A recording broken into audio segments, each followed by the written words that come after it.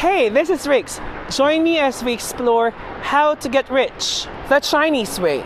In this first episode, let's take a look at the first mentality of Chinese businessmen of letting go and moving on. And you've heard it right.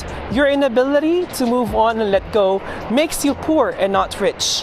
And that will be your first lesson for this Chinese art of war, tactical considerations in winning battles.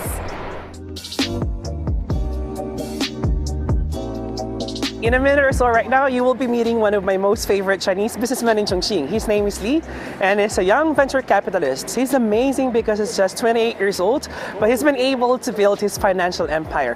And today, let's ask Li whether or not Chinese art of war has helped him manage or shaped his business. So let's go.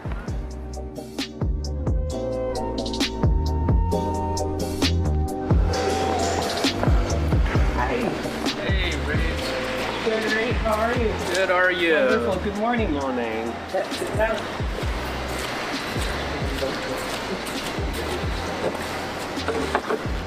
So Li, Chinese art of war, tell me about it.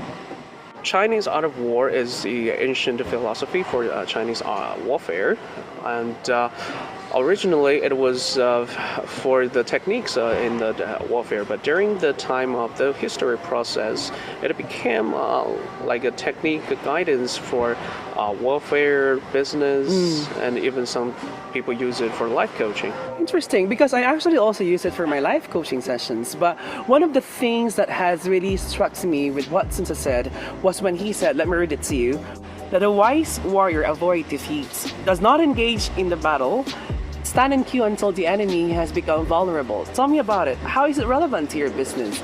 That's an interesting one you said about it actually suggests a strategy of waiting and accumulation for financial resources from the market, just because the market is always changing. Right. Has it ever helped you in doing your business? Can you give us an example? Oh yes, it helped a lot. Because as a venture capitalist in Chongqing, that we heavily relied on the market condition and also the local government policies. So when we are waiting for it, it's harder to do, like I say, you got a precise timing. Right. So, for example, when we invested in Zhubajie, which is the number one internet company in this city, it started with a very little idea that we were interested in, but at that time it has no policy supporting and also no financial supports in it. After a certain point, which is the 2011, related policy came out, and the market are very interested in the newly coming up internet industry. It flourished rapidly, and our investment just go way up. How is it relevant to startups, say small players or individual players?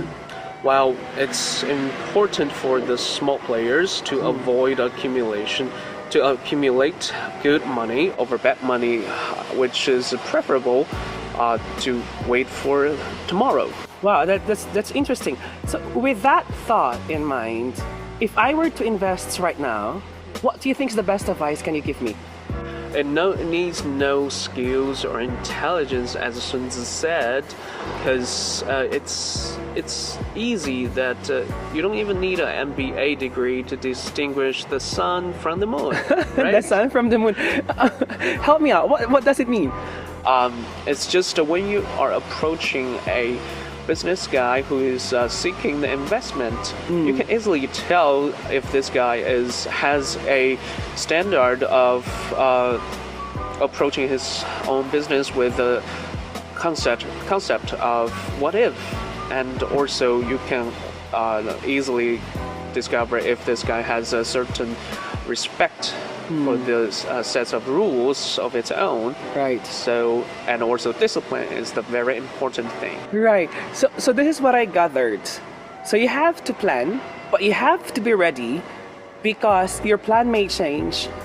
Exactly because the marketplace is changeable. It's constantly changing. And that you would have to get ready to give up whatever you have planned in the past so that you're ready for a new venture and become more successful. Is that so? Exactly. Interesting. Lee, thank you so much for your time. It's so wonderful to have you today for our video, for our interview. It's a pleasure for having me. Thank you so much. Thank you.